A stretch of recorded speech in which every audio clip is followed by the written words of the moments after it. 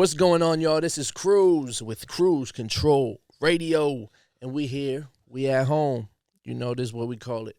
So today, we had to finish our conversation. We have a lot to talk about. So we got my man's here, Jay Lawrence, in the building. What's going on, man? What's going on, my guy, man?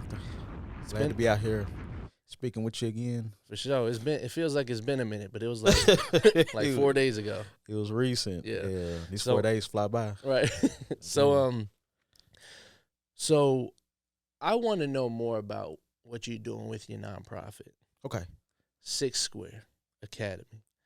Now, I understand what you do is you try to help artists, develop, within the game with their mental and see where they're at with that. That's what I was picking up from it. But Okay. what else and why did you come up with this, and what else are you, looking forward to doing with this nonprofit? Yeah, I mean it's also more the business side too. It's really just creating a space to where when the artists get through those doors, it's just to have a comfort to know that they know how to maneuver when they're open. Yeah. And I'll just be real, and unfortunately here in Nashville, we've had a few people that opened some doors, but the knowledge wasn't there to send those channels through the doors to really help the city out. They got their finger stuck in the door. Well, I wouldn't say the finger stuck. I would just say they wasn't educated. Okay. And when we speaking obvious, I don't have to say who that is, or Right. we know who it is, and that conversation's been had Right. as For well. sure. So I can't fault that person because when those things happen, like they did back in those days, they happen pretty quick. Yeah.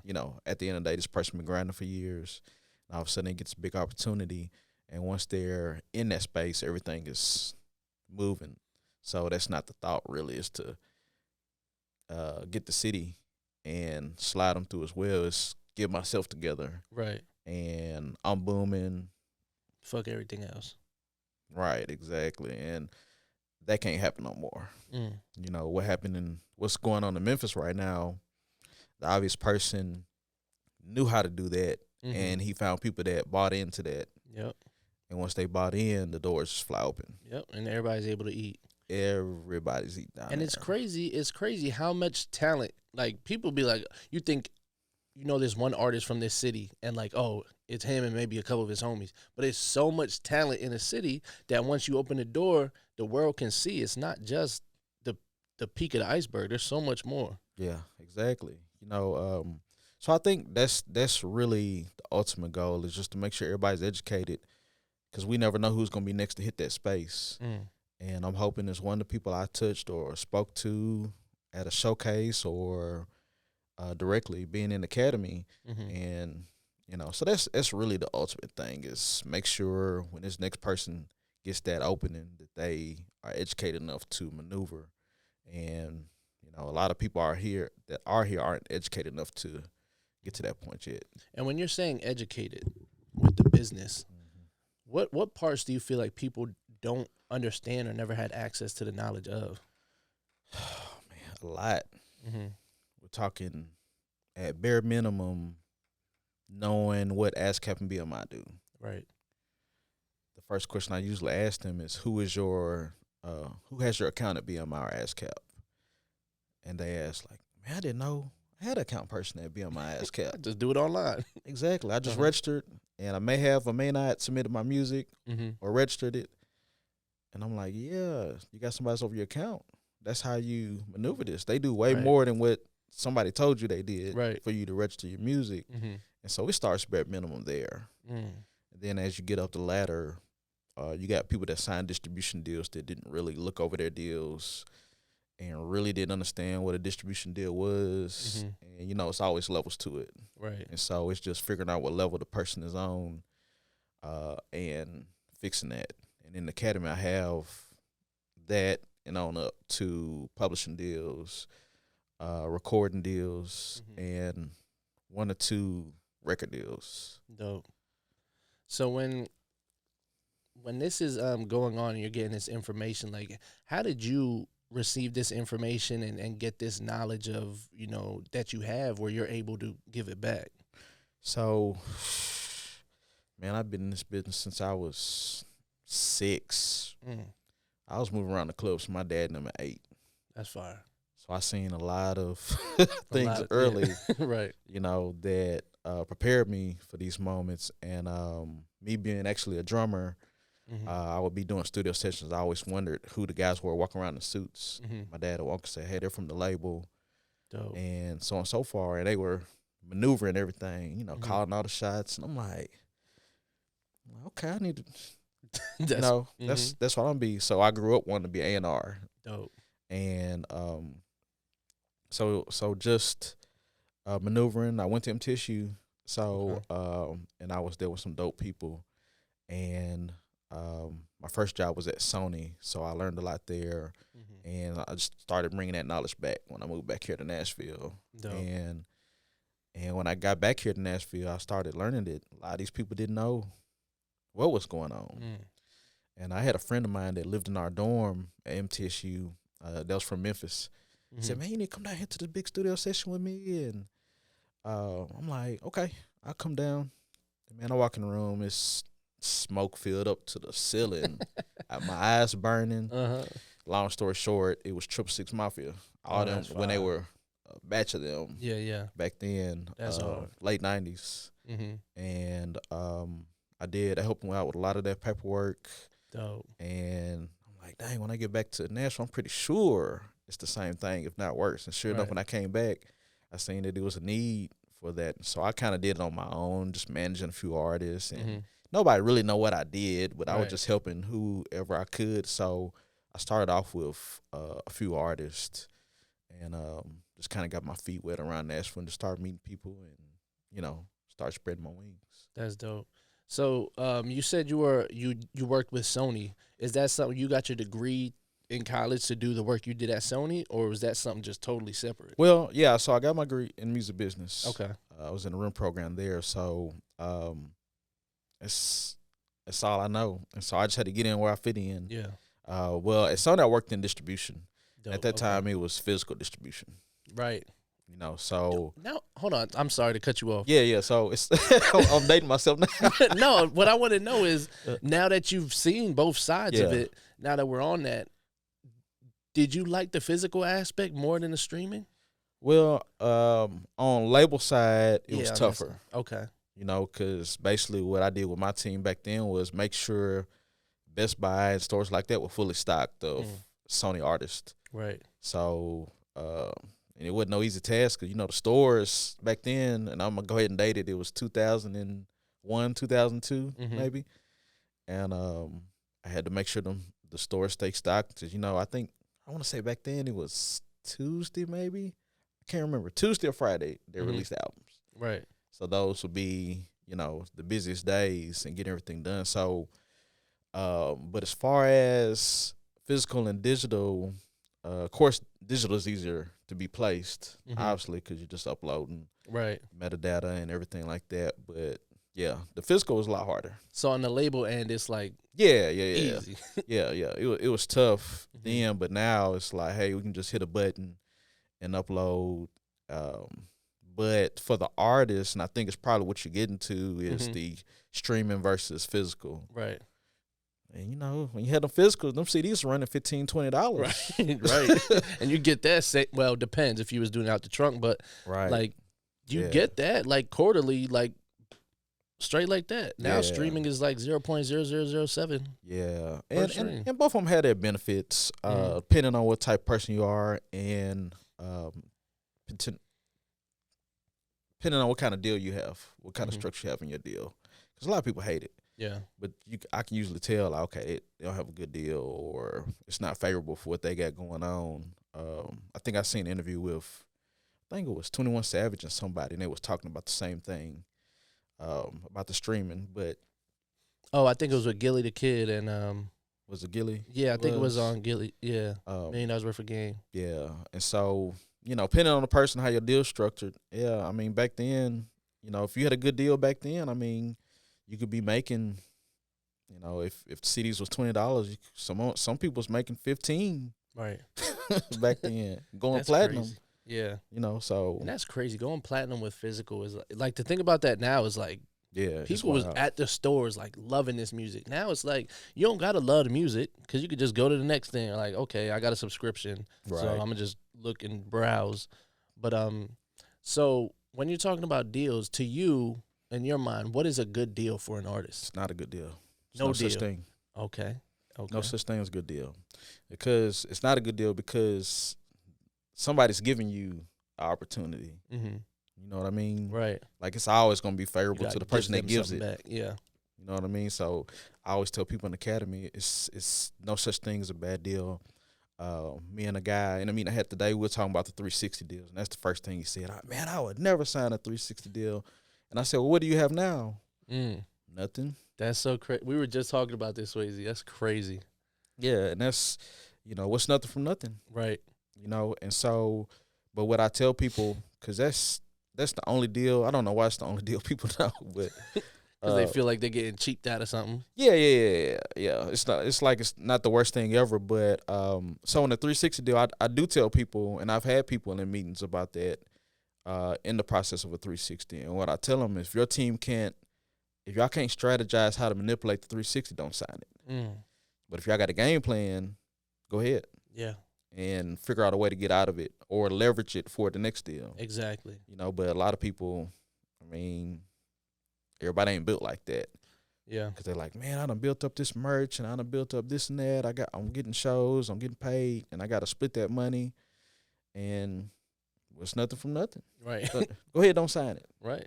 Just tell them bye. It's what you do with it. Like, yeah, if you get the exactly. attention, they're gonna put you out there. Their job is to make sure they're getting paid off of this, what you're doing. So they're gonna put you out there.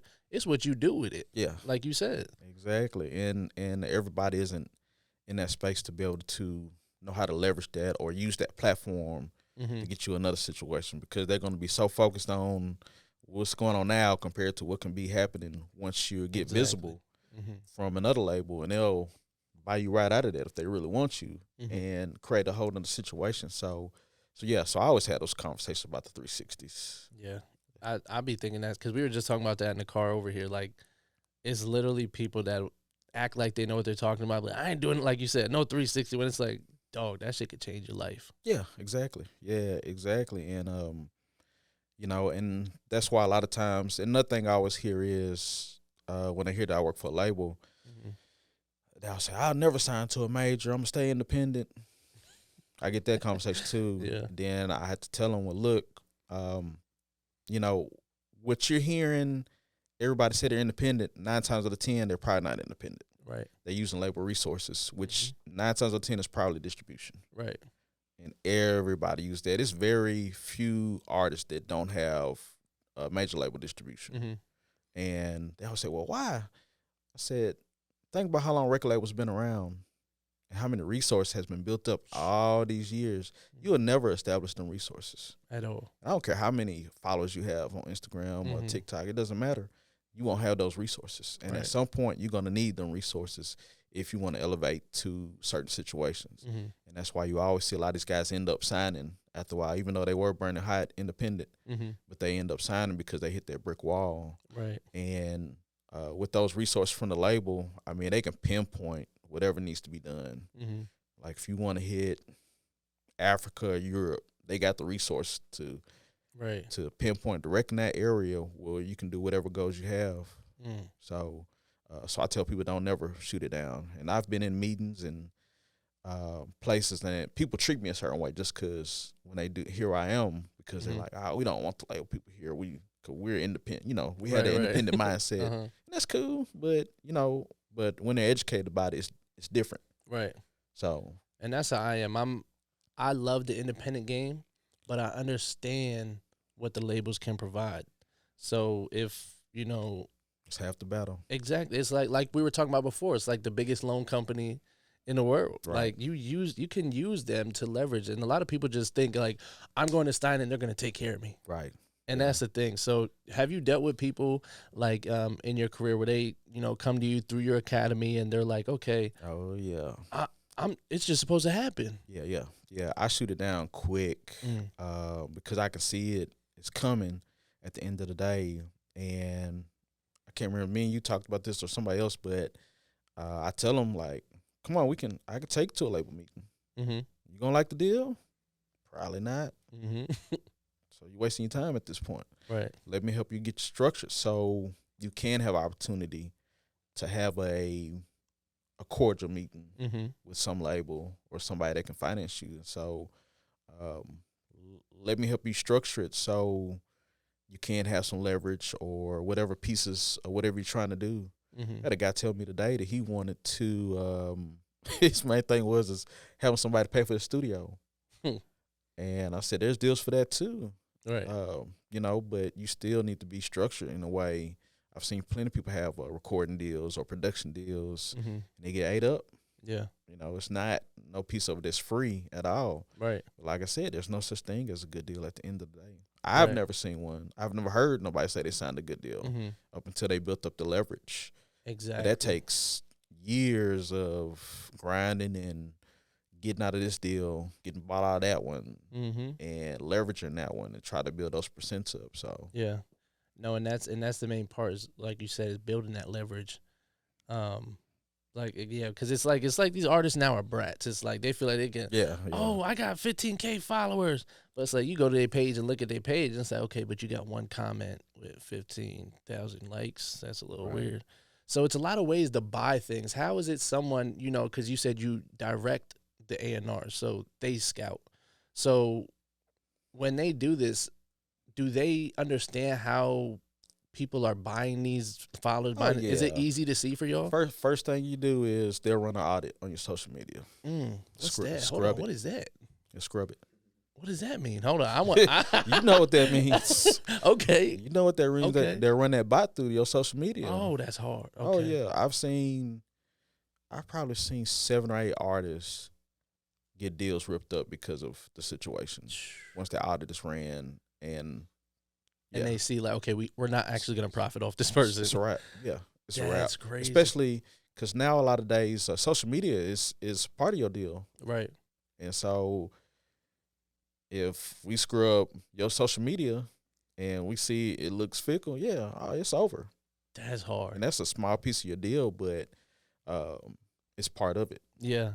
So that's dope. I'm glad that that's a thing that's in place because I be seeing this shit and I be like, this is a little corny. Yeah. And that's why in Academy, so as some of my topics, that's one of them is a social media audit where I go through and talk about certain posts. Why are you posting this?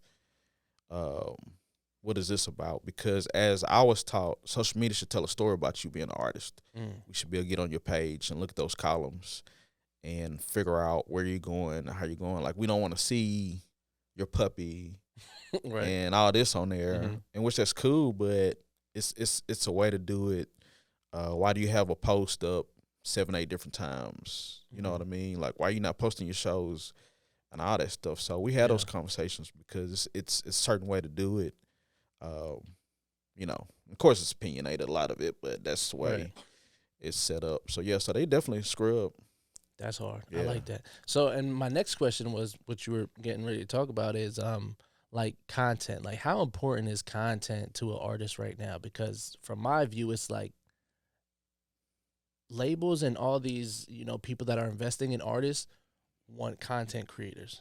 Am I wrong? Yeah, I mean, that's like another arm of it. Okay. You know what I mean? Like, because every artist isn't that person. So I think, but it's helpful it is because I know it's a lot of artists. Like when I work with artists personally in direct, I always want my artists to have personality. Yeah. And if an artist doesn't have a personality, it's tough for them to create the content because personality is not really there. So everything's kind of bland, manipulated to fit, and which they only last for so long. And so if you notice the artists that have these personalities, they're a little bit more active on social media than somebody that's introverted. Right. In which, from my experience, I feel like 85 to 90% of artists are introverted. But they have some tendencies that stick out. Yeah. And the talent kind of picks it up. So it kind of balances itself out. Even some of the major artists, a lot of them are introverted, but some way they figured out how to maneuver it. But if you got a big personality, your social media can take you a lot of places. That's true. Especially with dope content, quality content. Right. And it can take you a lot of places. They might not even hear a record I think what is her name? Light skinned Keisha.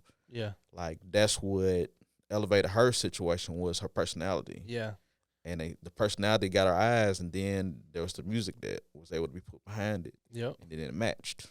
Ain't she? And then she got the deal. She's on Power now. Yeah. Yeah. Yeah. Just being because she's being herself on that show too. Exactly, and that's what I mean by personality. Mm-hmm. So a lot of times when I do meet artists, that's usually the first thing I look at is the personality. Mm-hmm. And if it's blank there, it's gonna be tough to put that into content on social media to really work. So rare and few you see that. I don't meet too many artists now. Even like when they're performing, like a lot of them just don't have no personality. They're looking at the floor. Even at the showcase. Yeah. And that's what I talked to a few artists about. I said, please don't look at the ground. I said, if you don't do anything else, do not look at the ground when you get up there. Oh, I love that you brought this up. So we're having a show March 9th. Right. Which you'll be in attendance. Yes, sir, yeah. So, and what is something, because I'm like that too. When an artist is performing, I'm watching, because I did everything wrong as an artist. So at least you're honest about it. Yeah, no, I did everything wrong. That's why I'm behind them. Like, I'm behind the camera now, because like I know like what will not work for you. So if you're doing shit that I was doing back in the day, right, it's not gonna work. So when I'm watching them, so now that you're gonna be at this show, what are key things that you look out for when you're watching someone perform? That's the first thing. It's confidence. Like, and I tell the artist this whenever I speak at showcases, especially if I get to speak to them before. First off, it's the dress, man. That's the first thing that just eats me up. Like, you gotta get up there and look like an artist. Yeah. I tell a lot of them, the males and the females, like, you got to be the best thing looking in this building when you come in. That's the first thing, is being able to stand out. I know when I do a lot of showcase now, I see a lot of guys wearing their work lanyards around the neck, just gonna house keys hanging off the hip, and I'm like, oh my goodness. And so that's why I like at A West listening party when they perform, I had them bring over every artist that performs so we can help them. Yeah, that's hard. You know what I mean? And luckily I did. 3 or 4 of them set up a meetings, and that was the first thing we talked about. And they respected that. They was like, man, nobody's ever told me that before. Right. You know, those things. Then just like holding the mic, little things like that. Just like hold it. Yeah, exactly. Like hold the mic with confidence, and just little things like that just helps our artists out. And I tell them, look, you got to think about it. That stage is where your money's going to come at. So it's got to be flawless. And another question I asked, do you rehearse? And they say, man, why I got to rehearse? I'm a rapper. No. Right. When you get on a real stage and those lights going to be hitting you, it's different. It's different. It's different. So things like that, I try to help them with. And then obviously not staring at the ground. You know, find you 2 or 3 people. If your song is 5 or 6 minutes, if you have 2 or 3 people you can kind of gauge towards, just little things like that to kind of help them, because it makes all the difference. But yeah, that night, the biggest problem I seen was the mixing. And everybody got this. Probably like one person that had a decent mix. And so you talk about those things too, because obviously if it ain't mixed good, you're going to see it in the crowd while you're up there. Exactly. That's not good, especially for confidence. So a lot of things like that. Yeah, because the sound of it will tune people out. Because there's certain frequencies, like when people mix, they feel like they got to push the damn highs all the way up. And that shit is actually annoying after a while. Right. So when people are in the audience watching it, you could be having a great show, but it's just not enjoyable. Exactly. And then a lot of people, what do you feel about, because a lot of artists do this now, is rap over their vocals. That's what I was about to say next. So in certain atmospheres, yes, you need to do that. Like if you go into these hole-in-the-wall clubs, like, rap over the vocals. But if you're at a showcase or something like that, I don't want to hear no vocals. Right. I want to hear an ad-lib or 2. So, yeah, we talked about that as well. But that's something that you have to rehearse in that aspect to do that. And I get it. Yeah, and I hate it. But when I explain it to them, they get it, especially if they recorded the song 3 years ago. Right. And their voice sounds different. Right. So you sound like 2 people up there. And it's just like, it's all over the place. And when I say that to some artists, they're like, oh, man, I never thought about that. And I said, well, you have to rehearse that for those things to work at the end of the day. So, yeah, but I hate it, man. I really do. And then a lot of them don't know their words. They forget the lyrics. Yeah, they forget it, or the crowd not into it, and their mind just starts running. You know what I mean? So, um, all that Yeah. goes into that. There's so much going to performing, but they'll eventually get it. But yeah, that was the biggest problem I seen that night was the mixing on those records. Yeah. And it's so important. And so when you see an artist that's dope, right? You're like, damn, like he got hella potential. And then when you meet them, they're like entitled and feel like they already got it together. What's your initial thought when you meet that person? Man, I love that because that's really the first thing you got to have. Now getting through to them is different. Mm. I work with an artist named B. Howard. I don't know if you heard of B. Howard. B. Howard, not yet. I haven't heard. Okay, so B. Howard is probably one of the dopest songwriters in Nashville. Fire. Definitely check him out. And when I first met B. Howard, the confidence was just blaring where he wouldn't listen to me. You know what I mean? Mm-hmm. Like, still to this day. and I love that because that's a small piece of it. So it's a continued work of getting them to understand all these other pieces. But that confidence, I mean, it's got to be there. Where you getting up, he's the type of artist where he'll get on stage and call everybody up. I'm not starting to everybody get up here. That's dope. And just the way he does it, I've never seen nobody just stuck in the back and like, I ain't going up. But he could always pull people up and say what he got to say, and he gets them. And that's another thing, too, I was going to say. Do not come off the stage. I always talk about that. Okay. Do never come off the stage. Can you explain why? That was one of my favorite things. When I was an artist, I would jump off and feel like I'm doing something. Yeah, do not come off the stage. It's funny, me and Kay talked about it. Was you there when she performed? No, right after. I had an event right after that, yeah. So me and Kay talked about it. I know she don't mind me talking about it, but I said, Kay, you're a queen. You stay on your throne. That's why stage is elevated. Yeah. And everybody else is to look up to you, not be level. Right. And that's why you usually see an artist, when they perform, they never come off. And that's why it's usually a pit. Like if you're performing at Bridgestone, you're not coming off stage. Right. You know what I mean? It's impossible. So you stay in front of people and you stay elevated to keep their attention. Yeah. If you can't keep people's attention on the stage, that means you got some work to do. You shouldn't even be down. You shouldn't be down there. You're getting all in their business now. Yeah, exactly. Now, if it's a mosh pit or some crowd surfing going on, go ahead. You know, it's dangerous, but go ahead. Right. But I tell them stay on the stage. And if you got to get down that much to get people's attention, you either don't have the right song, the mix, or they just not interested. Yeah, they ain't if you're fighting for that. Because I know a lot of them like to walk around and do that, in which that's hard. I like that you said that they're fighting for that engagement. Yeah. That's what it is. You know, and that doesn't mean the next show that you'll get up there and people won't come. You just gotta keep rehearsing to figure out what engages people. It's a process to it. Yeah. And so I always speak on that too, because they love to do that.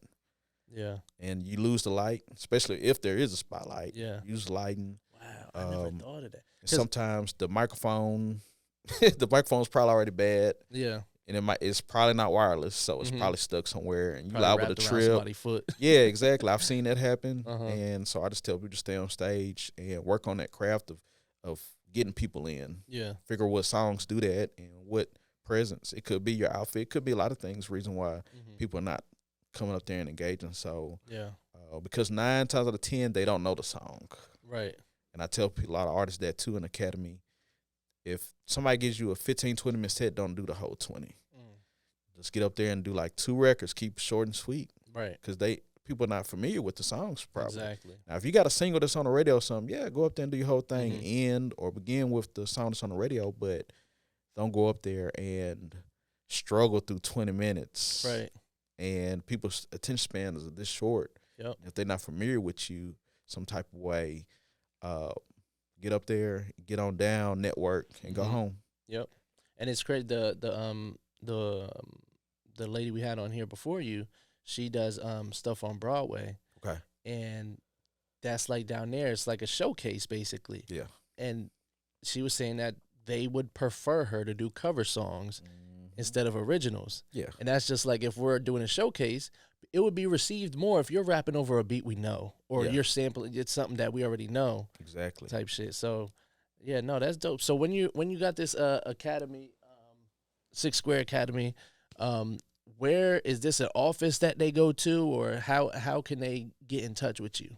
So we had an office for about a year or so down in Berry Hill, and the interaction was dope. But a lot of people wouldn't show up sometimes, and I done Yeah. scheduled out, and it just got kind of weird from time to time, and so I just kept it virtual. I am looking to partner with a studio now. I got two that I'm looking at that I'm thinking about going back and doing. But I do group sessions. Like I had a group of guys that have a studio, and I went and met with them. It was like 6, 7 of them, whole crew, and able to speak like that. And I like doing that as well. But right now, when they book, it's just virtual. Dope. Unless we have something set. Yeah, and I honestly think that's best for what you do because, like you said, you'll have this space, and it's like these people would actually prefer because they're still unsure. These people that are looking for this information, they're unsure, so they would rather do a virtual and show up. I'm sure more people showed up to the virtuals than in.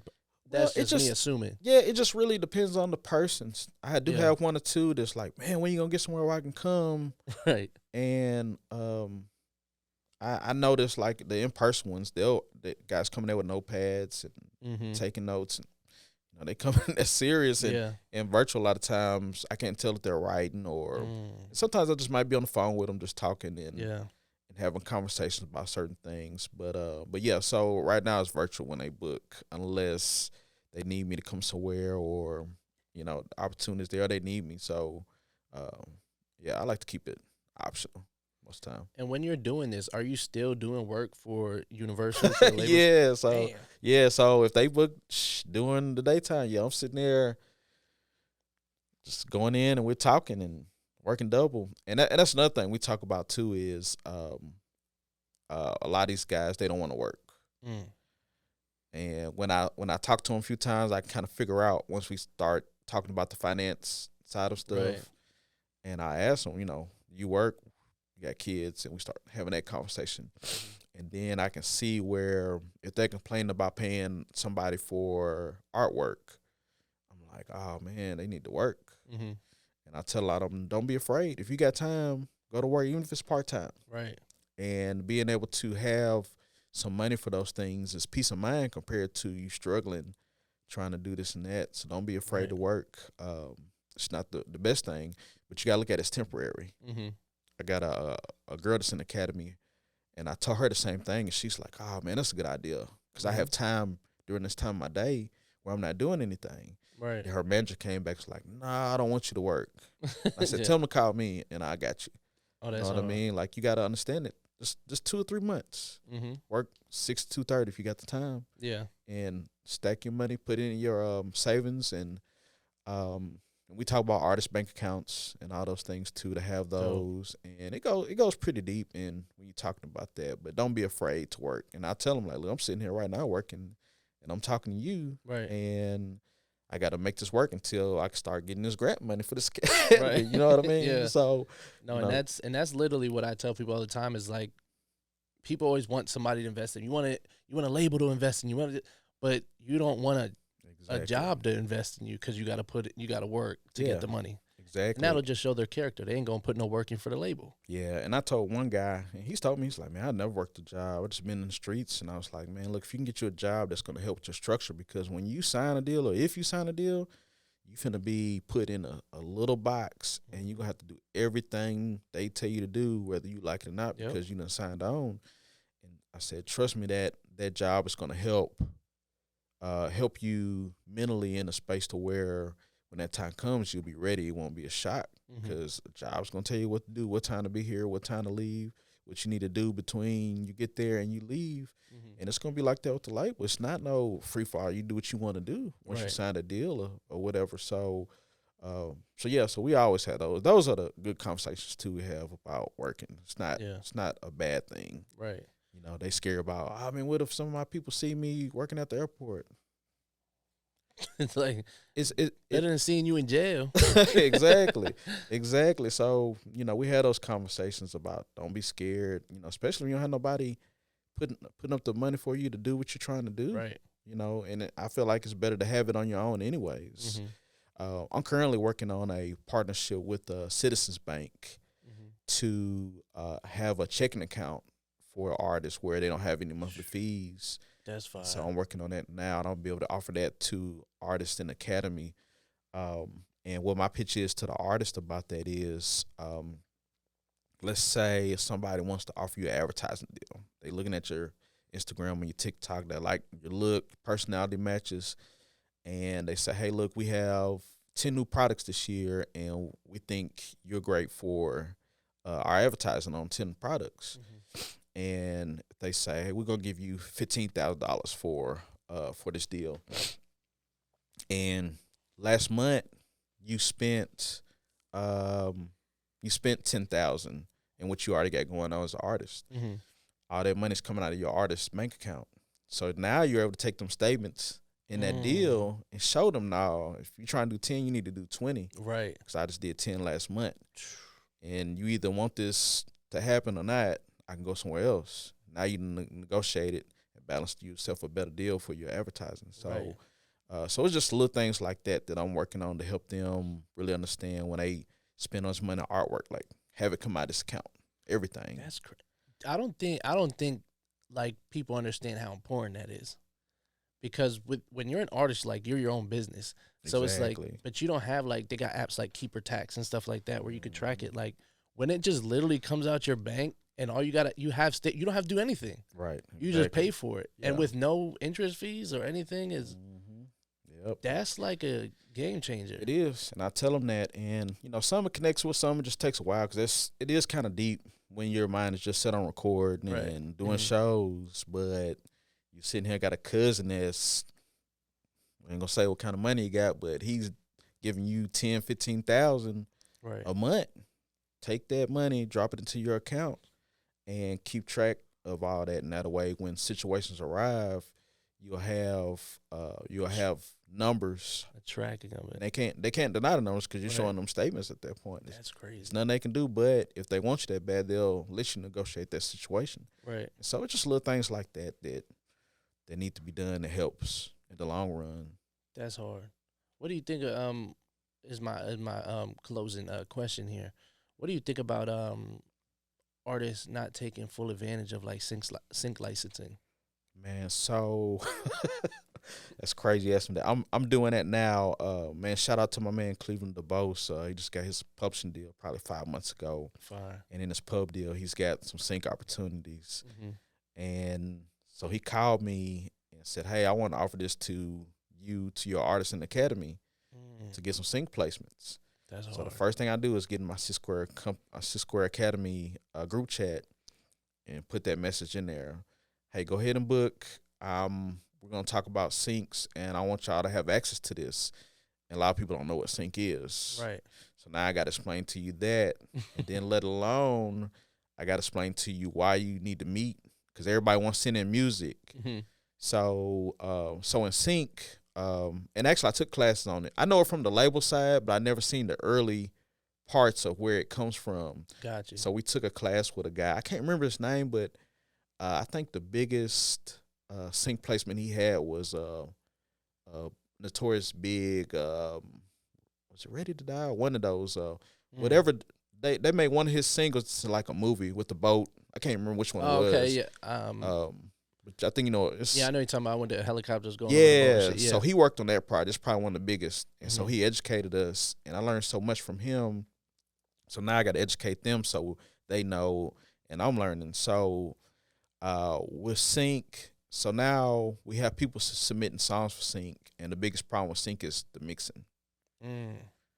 Right. And because it got to be quality. Yeah, and it's beyond quality. Yeah. So now with these meetings that Cleveland's going through, and he's just kind of educating me when he gets these opportunities, is the mixing is the biggest problem, and a lot of people don't have their songs registered with BMI, ASCAP, CSAC. Right. Because they need the IPIs when we submit the songs. Wow. They need the lyrics typed out, need the BPMs, need the key of the song, all that stuff. Yeah. Because a lot of times these sync placements, they're real particular. Like the last one I can remember we got was, we need a place for a guy run up a hill with a dog. Yeah. So whoever submits a song that has any of those keywords, a hill or dog, that's who kind of gets put to Ah. in front of the space. And so, yeah, so it's a lot of levels to sync. Yeah. But at the bare minimum, a lot of people don't even know what that is. So I got to explain it to them. Right. But everybody's quick to send music, but so it had to be educated. So that's why that works good. In our situation, I can educate them, and then they can submit. And then we have an A folder and a B folder. The B's are your okay mix stuff, and then the A's obviously your primary stuff that we make the big pitch to ESPN and Disney and things like and that. Stuff that people can get with Six Square Academy? Yeah, so I offer to all. What was crazy is I probably have 30 to 40 people in the academy, and only 6 of them take advantage of did meetings. And I don't understand it. And I know none of them don't have sync placements. Even if they did, you can have more. You know. What do you think about something like Taxi? People be like, oh, well, I paid for Taxi to get my song placed. Then I see mixed reviews about like to not send your stuff to music libraries. What is your take on that? I've heard a little bit about that in this process. I haven't heard anything good about it. Right. I think in general it's hard to artists to really wrap their mind around it until they get in it. Mm-hmm. I know 2 of our dopest artists around here, Brian Taylor and Tim Gent, and them, they getting placements. Yeah, Tim Gent, he's just everywhere. You know what I mean? And we've been knowing them for years, so it's dope to see them getting all these awards and stuff like that. And I want to help more artists get them. And you know, it's hard. Like, you mean I'm not talking about a show. I'm not talking about studio. You're talking about my song being behind TV or movie. It's bigger. You know what I mean? Right. It's like, nah, that's not possible. Yeah, it is. It's definitely possible. And that's the thing. They don't know it's possible. Yeah, exactly. Yeah. Exactly. And so then we got to get with them. And I know I've had 15 to 20 submissions, and they don't have no BMI, CSAC, or nothing. Damn. And it sucks because the music is there. And unfortunately, one of the meetings that Cleveland set in on, that was the main thing the guy was talking about. It's like, that's why Urban doesn't get the look like we should in syncs, is because of the mixing. And they're not handling the paperwork. Because if we submit a song that's not registered, and that makes us look bad because we send it in. And so now they look at us like, oh, no, it's not a good look. So now we're able to have those talks. So I've been in talks with a lot of artists here and trying to get people in position. And everybody's not taking advantage of it. That's crazy. You know? I think with doing this, I think talking about it more and, you know, letting people, like, I think this is going to be really good, I think. Yeah, I hope so. I mean, it's a lot of pieces to music. Like I said, it's always more than just performing or recording. Right. Like, from what I understand, that sync checks, they come pretty fast once you get a submission. Yeah. And it can elevate real quick because obviously you get one sync, now you have a resume. Yep. And now you can go next. But these meetings that he's been in, I mean, some of Quincy Jones people, so you're like in the mix with all them in this placement. It's not no little, you know, it's not no small thing. So, but yeah, so that struck up a lot of conversations for me lately, and more meetings too. So that's dope. So if you could let the people know again where to book you, where to you know, find you, and how they can get in touch with you. Okay, so you can book me sixsquareacademy.com, Six Square Academy, Instagram, TikTok as well. My booking information is there, and it's the number 6 squareacademy.com. That's fire. And make sure y'all tap it, man. This is so important. Everybody you just see your favorite artist. All you see them doing is the stuff that they show you, and that's not what's going to get you there, man. There's a lot of behind-the-scenes stuff, and Jay Lawrence right here is going to help y'all, man, understand and get you to the next level. Definitely. You just got to believe in yourself. But thank y'all for tuning in, man. Cruise Control Radio. Make sure y'all subscribe. If you don't, you're a loser.